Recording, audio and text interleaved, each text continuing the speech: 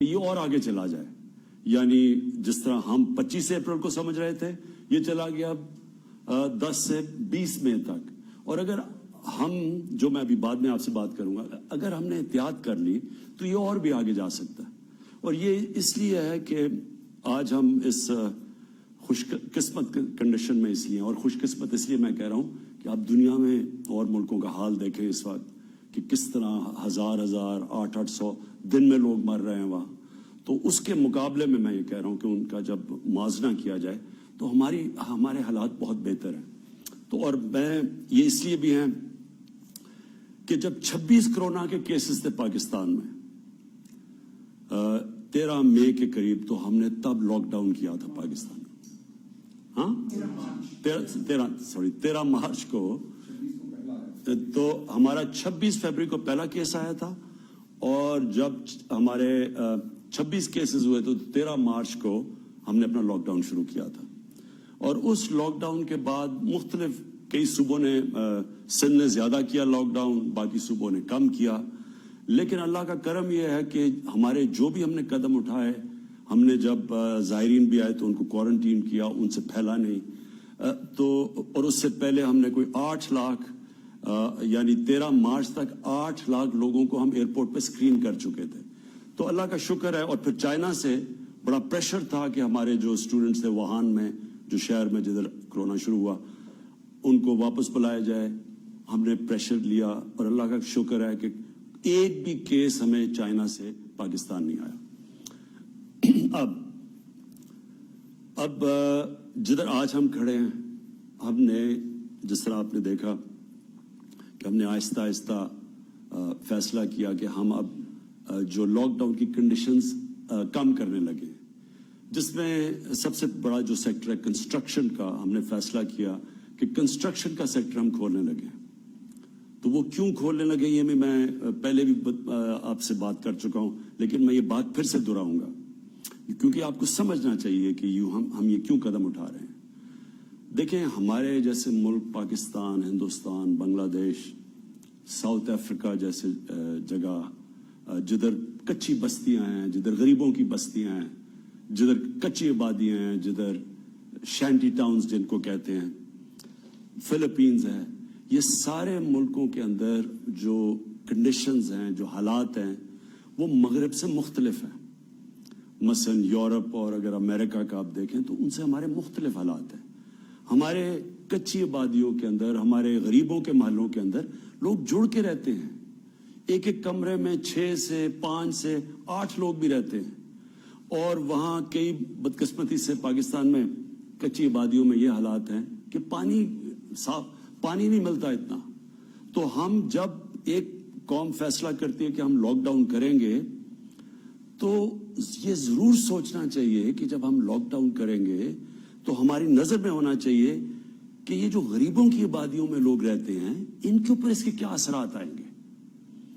اور مجھے افسوس سے کہنا پڑتا ہے کہ پاکستان کے اندر، میں کیونکہ میری عمر تقریباً پاکستان جتنی ہے، میں ساری زندگی یہ دیکھتا رہا ہوں کہ ہم جو قانون بناتے ہیں، پالیسیز جو ہم بناتے ہیں، ہم صرف ایک چھوٹی سی ایلیٹ کلاس کا سوچتے ہیں. ہم اگر تعلیم کا بھی نظام پاکستان میں ہم نے، اور میں اس پریولیج کلاس سے ہوں جس کو بہترین تعلیم ملی، لیکن ہم نے کبھی یہ نہیں سوچا کہ عام لوگوں کے لیے جو تعلیم ہے، کیا وہ مقابلہ کر سکتے ہیں ہمارے جیسے لوگوں کا، جن کو چھوٹے سے طبقے کو اچھی تعلیم انگلش میڈیم ملتی تھی. اسی طرح ہم نے آہستہ آہستہ گورنمنٹ کے ہسپتالوں کو تباہ ہوتے دیکھا. غریب لوگوں کے لیے گورنمنٹ ہاسپٹل، اور امیروں کے لیے پرائیویٹ ہاسپٹلز، اور جو سپر رچ تھے ان کے لیے لندن کے اندر علاج کروانا.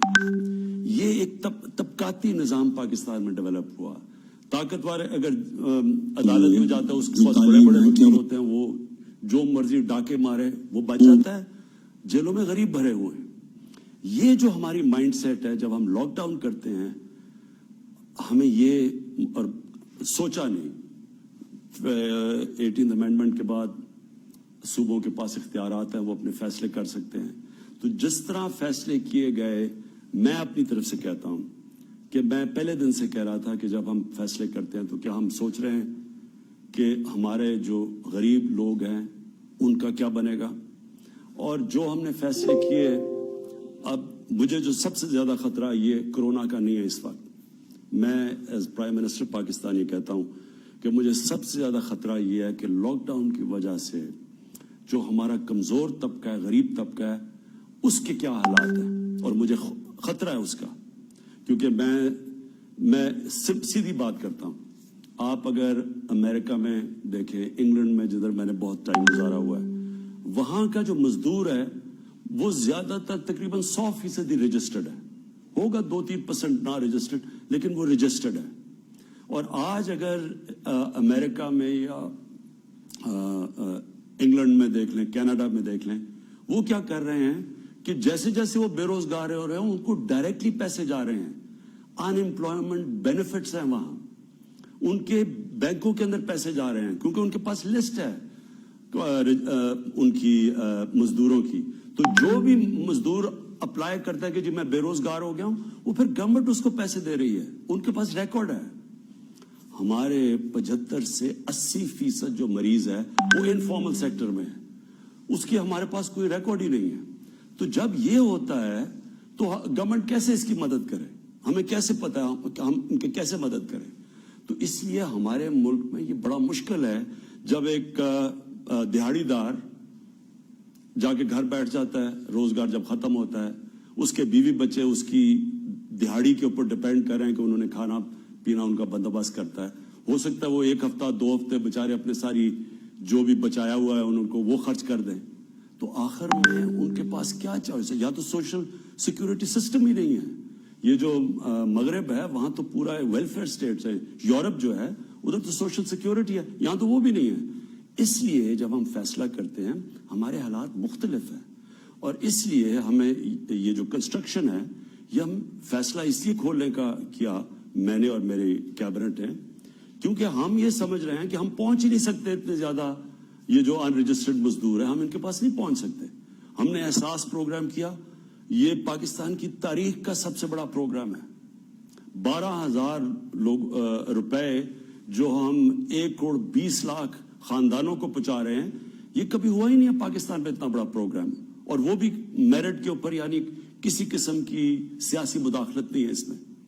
لیکن اس کے باوجود ہم سمجھتے ہیں کہ یہاں اتنے زیادہ جو لوگ ہیں جو اس سے نیٹ سے باہر ہیں, ان تک ہم کیسے پہنچ سکتے ہیں. اور ہمیں ڈر یہ ہے کہ جب تک ہم وہاں پہنچیں لوگ بھوک سے سڑکوں پہ آ جائیں گے, اور اگر لوگ بھوک سے سڑکوں پہ آ جائیں گے تو سارا لاک ڈاؤن کا مقصد ہی فیل ہو جائے گا, کیونکہ لاک ڈاؤن کا تو مقصد یہ ہے کہ لوگوں کو آپس میں فاصلے رہیں. تو اس لیے ہم نے کنسٹرکشن کا شروع کیا. اور میں کنسٹرکشن کی صرف ایک اور بات کرنا چاہتا ہوں. ہم نے کہا کہ جو بھی جس کے پاس پیسہ ہے, چاہے وہ فارمل اکانومی ہے, انفارمل اکانومی ہے, ڈکلیئرڈ ہے یا نہیں ڈکلیئرڈ, ہم نے ساروں کو دعوت دی اب اس میں آ جائیں. اب اس پہ میں دیکھ رہا تھا لوگوں نے شور مچایا, جی دیکھیں یہ کیا ہوا, آپ نے پھر سے ایک ایمنسٹی اسکیم دے دی. یہ ایمنسٹی کی بات نہیں ہے. میں آپ کو سیدھی بتا رہا ہوں کہ امریکہ کا 30 کروڑ ان کی عوام ہے, اور انہوں نے $2,000 ارب کا اسٹیمولس پیکج دیا. پاکستان کی 22 کروڑ عوام کا سارا اسٹیمولس پیکج ہے $8 ارب. اب ہمارے پاس تو وہ وسائل نہیں ہیں جو امریکہ کے پاس ہے, یا جو جرمنی کے پاس ہے, یا جاپان کے پاس ہے, اٹلی کے پاس ہے. لہٰذا ہم نے تو جو بھی پاکستانیوں کا پیسہ ہے اس ساروں کو اندر کھینچنا ہے تاکہ ہم اس وقت اپنے لوگوں کو ریلیف دے سکیں. تو اس لیے ہم نے کنسٹرکشن میں سب کو کہا ہے کہ آپ شرکت کریں تاکہ ہماری اکانومی چلے, تاکہ لوگوں کو روزگار ملے, تاکہ لوگ بھوک سے بچیں. اس کے علاوہ میری ٹیم بیٹھی ہے, ان سے میں ابھی بار بار ان سے آپ جو بھی ڈیولپمنٹس ہیں میں آپ کو باری باری یہ آپ کو آگاہ کریں گے. لیکن اس سے پہلے میں 2 اور چیزیں کہنا چاہتا ہوں. میں صرف اپنی پولیس سے کہنا چاہتا ہوں, دیکھیں یہ میں نے 2-3 سوشل میڈیا پہ چیزیں دیکھی ہیں کہ لاک ڈاؤن جو لوگ توڑ رہے ہیں ان کو ڈنڈے مارے جا رہے ہیں. میں اپنی پولیس سے کہنا چاہتا ہوں کہ مجھے پتا ہے کہ آپ کے اوپر پریشر ہے کہ لاک ڈاؤن مینٹین رکھیں, لیکن دیکھیں یہ لاک ڈاؤن ڈنڈے سے مینٹین نہیں ہوگا. یہ لاک ڈاؤن تب کامیاب ہوگا جب ہمارے شہری خود سمجھیں گے کہ ان کی ذمہ داری ہے, کیونکہ ان کے بھلے کے لیے ہے, یہ ساری قوم کے لیے ہے. کیونکہ اگر کورونا پھیلتا ہے تو ہم جانتے ہیں کہ اس کے ڈائریکٹ اثرات بیماری سے اور انڈائریکٹ لاک ڈاؤن سے ساری قوم کو اثر ہوتا ہے, خاص طور پہ ہمارے غریب لوگوں کو. اس لیے ان کو سمجھائیں. میں جو بھی پاکستان کے اوپینین میکرز ہیں, ہمارے جو آرٹسٹ ہیں, جو ہمارے کالمنسٹ ہیں, جو ہمارے ٹی وی پہ اینکرز ہیں, جو ہمارے علماء ہیں, میں سب کو آپ کو کہتا ہوں کہ آپ سب کا کام ہے کہ عوام کو بتائیں کہ یہ ہم سب کے بھلے کے لیے ہے کہ اگر یہ ہمارا لاک ڈاؤن کامیاب ہوتا ہے, جتنی جلدی کامیاب ہوتا ہے اتنی جلدی ہم واپس اپنے کاروبار کھڑے کر سکتے ہیں, ملک نارمل پہ جا سکتا ہے. تو اس لیے بجائے ان کو مارنے کے, کیونکہ ڈنڈے سے یہ نہیں ہونے لگا, ساری دنیا میں اب سامنے آ رہا ہے, بنگلہ دیش میں, فلپینز میں, ساؤتھ افریقہ میں, ہندوستان میں بھی آپ دیکھ لیں, کوئی بھی ڈنڈے سے لاک ڈاؤن 1-2 ہفتے تو شاید کامیاب ہو جائیں, اس کے بعد نہیں ہو سکتے. تو اس لیے ان کو اپنا سمجھیں, ان کو سمجھائیں لوگوں کو, اور لوگوں کو ہم سارے سمجھاتے رہیں گے کہ یہ آپ سب کے بھلے کے لیے. اس کے بعد رمضان آ رہی ہے اور ہماری مسجدوں کے اندر لوگ عبادت کرنا چاہتے ہیں. ہم سب جانتے ہیں کہ رمضان میں ہم سب مسجدوں میں جاتے ہیں اور ہم چاہتے ہیں کہ وہ ٹائم ہے عبادت کا.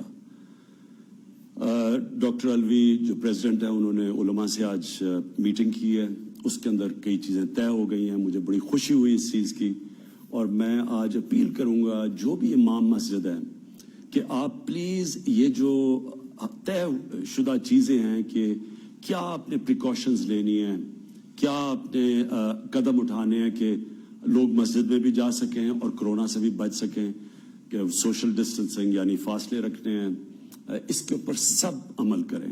کیونکہ دیکھیں اگر ایک مسجد کے اندر خدا نہ خواستہ احتیاط نہ کی گئی اور کورونا پھیلنا شروع ہوا تو وہ مسجد کو ہی نقصان ہوگا, ویران ہو جائے گی مسجد. اور اسی طرح جو ہم یہ کھول رہے ہیں فیکٹریاں بھی اور یہ کنسٹرکشن بھی, یہ بھی ہم نے پوری TORs دیے ہوئے ہیں آپ کو کہ کیا کیا آپ نے قدم اٹھانے ہیں اس کے لیے. اور مالکان کو, جو مالک ہے, جو فیکٹری کا مالک ہے, جو بھی کنسٹرکشن سائٹ کا مالک ہے, ان کو بھی ہم آپ کو کہہ رہے ہیں کہ آپ کے انٹرسٹ میں ہے کہ آپ کے جو نیچے کام کر رہے ہیں وہ سارے یہ جو ہم نے پورے آپ کو رولز دیے ہوئے ہیں کہ کس کے مطابق آپ نے کام کرنا ہے, اس کو پلیز فالو کریں. کیونکہ اگر وہاں کورونا پھیلے گی تو ظاہر ہے وہ فیکٹری بھی بند ہوگی یا وہ کنسٹرکشن سائٹ بھی بند ہوگی, تو آپ سب کے انٹرسٹ میں ہیں. آخر میں اپنے ٹیم کے پاس جانے سے پہلے 2 اور چیزیں کہنا چاہتا ہوں. دیکھیں, ہمارے اس کورونا کے کرائسس میں جو مجھے سب سے زیادہ خطرہ نظر آ رہا ہے وہ یہ کہ لوگ ذخیرہ اندوزی کریں گے. میں پہلے بھی کہہ بیٹھا ہوں, میں اب بھی کہتا ہوں, مجھے خطرہ یہ ہے کہ لوگوں نے پیسہ بنانے کی کوشش کرنی ہے, جس طرح رمضان سے پہلے لوگ پیسہ بناتے ہیں, جس طرح ابھی پیچھے آٹا اور چینی کا کرائسس ہے, لوگوں نے ذخیرہ اندوزی کر کے پیسہ بنایا. اس باری جو بھی پیسہ بنانے کی کوشش کرے گا ذخیرہ اندوزی کر کے, یہ پہلی دفعہ گورنمنٹ بہت سختی کرے گی. ہم آرڈیننس لے آئے ہیں اس کے اوپر, ذخیرہ اندوزی کے اوپر یہ بڑی سختی ہوگی, اور نیچے مینیجر نہیں پکڑیں گے, ہم مالکان کے پیچھے جائیں گے جنہوں نے اب لوگوں کی مشکلات کے اوپر پیسہ بنانے کی کوشش کی. یہ میں آپ کو کہہ رہا ہوں کہ آپ کو ابھی سے پہلے سے خبردار کر رہا ہوں کہ بڑی سختی کی جائے گی, لوگوں کو پکڑا جائے گا. یہ نہیں, چھوٹے لوگوں کو نہیں پکڑیں گے, اوپر جا کے جو اصل لوگ پیچھے بیٹھے ہوئے ان کو پکڑیں گے. دوسری چیز ہے اسمگلنگ. اس باری ہمیں یہ ڈر ہے کیونکہ پاکستان میں جو گندم ہے وہ جو باہر ہے اس کو تو اس کی قیمت اوپر ہے, اور ہمیں یہ خوف ہے کہ لوگ گندم کو اسمگل کریں گے.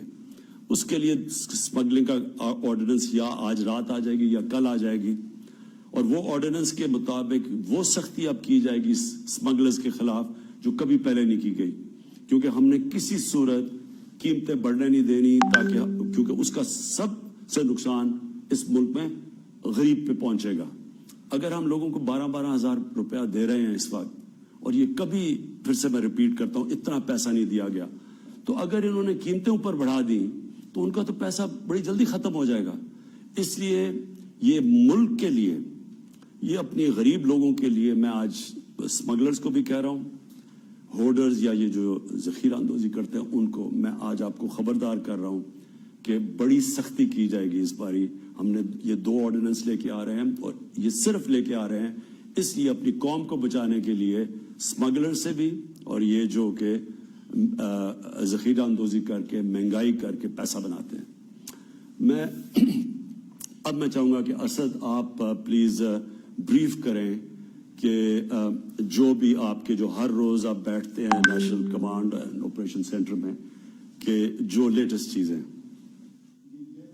جیسے وزیر اعظم کہہ رہے تھے کہ دنیا کے اندر اب تقریباً تمام ملکوں کے اندر یہ بات ہونی شروع ہو گئی ہے کہ ہم نے بیماری سے تو بچنا ہے لیکن اس بیماری سے بچنا اس طریقے سے ہے کہ لوگوں کی جو روزگار ہے وہ بھی نہ اس کو ہم مکمل طور پر ختم کر دیں.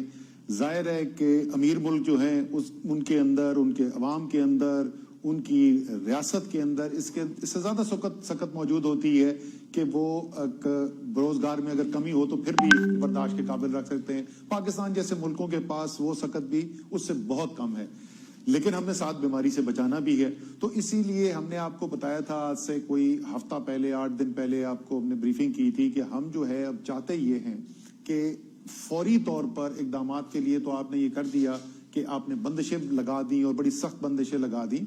اس کی وجہ سے بیماری کے پھیلاؤ جو ہو رہا تھا اس کے اندر بھی کمی آئی. وہ بھی وزیر اعظم نے آپ سے ذکر کیا کہ 25 اپریل کو جہاں ہم سمجھ رہے تھے کہ 50,000 کیس ہوں گے وہاں سے 12 سے 15,000 کے درمیان کا تخمینہ لگایا جا رہا ہے. ہلاکتیں بھی جو ہوئی ہیں اموات بھی ہوئی ہیں وہ اس سے بہت کم ہوئی ہیں اللہ کے فضل سے جس کا اندازہ لگایا جا رہا تھا. لیکن اس کے ساتھ ساتھ لوگوں کی روزگار کے اوپر بھی بہت بھاری اثر پڑا ہے اور اس کی مختلف اشکال کے اندر ہمیں وہ نظر بھی آ رہا ہے کہ لوگوں کے لیے جو مشکلات پیدا ہوئی ہیں. تو ہم نے ان مشکلات کو آسان تو کرنا ہے لیکن اس طریقے سے کرنا ہے تاکہ بیماری کا پھیلاؤ بھی بہت زیادہ نہ بڑھے اور ایسا نہ ہو کہ خدا نخواستہ ہمارا صحت کا نظام جو ہے اس کے اوپر اتنا بوجھ آئے کہ وہ برداشت نہ کر سکیں.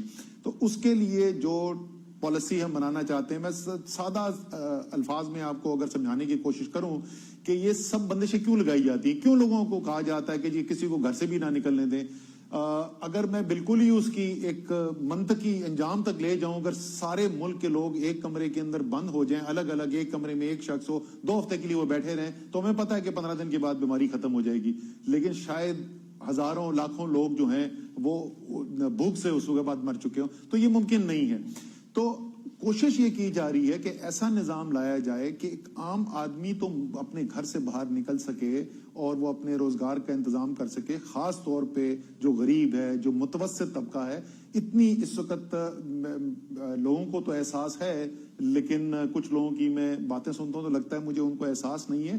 یہ بات اب غریب سے آگے چلی گئی ہے. متوسط طبقہ سفید پوش جو ہے وہ بہت بوجھ محسوس کر رہا ہے اور اس کی زندگی کے اندر یہ جو آمدنی اس کی ختم ہوئی ہے روزگار ختم ہوئی ہے اس سے بہت بڑی مشکلات پیدا ہو رہی ہیں. تو ہم جو ہے موقع دیں کہ یہ لوگ جو ہیں زیادہ سے زیادہ لوگ خاص طور پہ ان ایریاز کے اندر جو ایکسپرٹس بیٹھے انہوں نے کہا کہ اس کے اندر اتنا خطرہ نہیں ہے ہم نے ریلیکسیشن کر دی. تو اس کے ساتھ ساتھ ہم اگر ایسا ایک نظام لے آئیں کہ جہاں ہم اس شخص تک پہنچ سکیں ہمیں پتہ چل سکے کہ کس کو یہ بیماری لگ چکی ہے.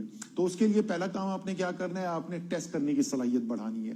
اور مجھے بڑی خوشی ہے بتاتے ہوئے, یہ بھی میں نے آپ کو آج سے کوئی ہفتہ 10 دن پہلے بتایا تھا کہ جب ہم نے شروع کیا تو 15 مارچ کو پاکستان میں 473 ٹیسٹ ہوئے تھے اور ہم نے یہ کہا کہ ہم اپریل کے آخر میں 25,000 تک پہنچنا چاہتے ہیں. جس وقت ہم نے یہ اعلان کیا تھا اس وقت تقریباً 2,500 ٹیسٹ ہو رہے تھے. یہ ایک ہفتہ پہلے کی بات ہے. پچھلے 3 دن کے اندر ہم پہلے 5,800 پہ پہنچے, پھر 6,200 پہ پہنچے اور کل 6,400 سے زیادہ ٹیسٹ کیے گئے. یعنی اس عرصے کے اندر صرف 1 ماہ کے عرصے کے اندر ہم نے تقریباً 15 گنا 14 سے 15 گنا اضافہ کر لیا ہے اپنی ٹیسٹنگ کیپیسٹی کے لیے. اس میں لیبارٹریز جو ہیں جہاں پہ جو ٹیسٹ ہوتے ہیں ان کے اندر تقریباً 3 گنا اضافہ ہو گیا ہے. PCR مشینز جو ہوتی ہیں ان کے اندر اضافہ کیا گیا ہے. وہ جو ایکوپمنٹ جو سپلائیز یوز ہوتی ہیں اس کے لیے ٹیسٹنگ کٹس جو ہوتی ہیں اس میں تو بہت زیادہ اضافہ کیا گیا ہے. ہمارے پاس لاکھوں کٹس اویلیبل ہو گئی ہیں.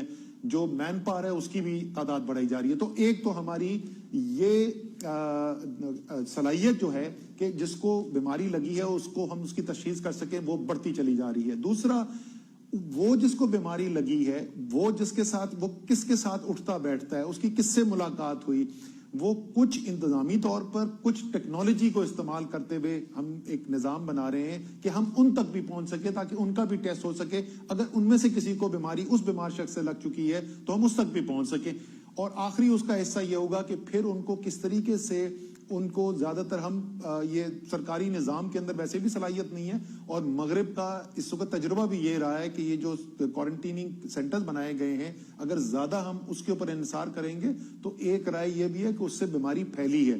تو یہ گھروں کے اندر اپنے ہی ہمارے سماجی جو نیٹ ورکس ہیں اسی کو ہم نے استعمال کرتے ہوئے کرنا ہے. ان تمام چیزوں کے لیے ایک ہم نے پائلٹ ٹیسٹ کیا تھا، تمام صوبے اس کے اندر شامل تھے، مختلف ڈسٹرکٹس ان کے شامل تھے. ٹیسٹ ریزلٹس آ گئے، آج ان کی نیشنل کمانڈ سینٹر کے اندر پریزنٹیشن ہوئی ٹیسٹ ریزلٹس کی.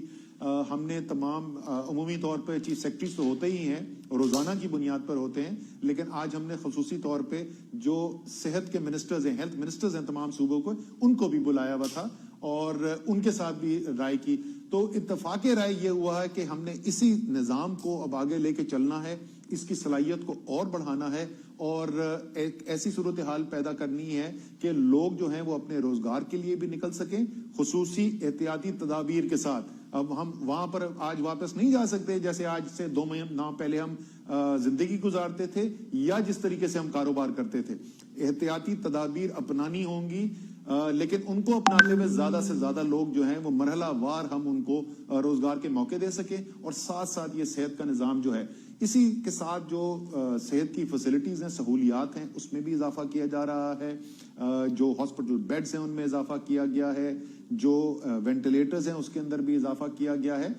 لیکن اتنا اضافہ کرنے میں ہم کامیاب نہیں ہوئے جتنی ہماری خواہش تھی.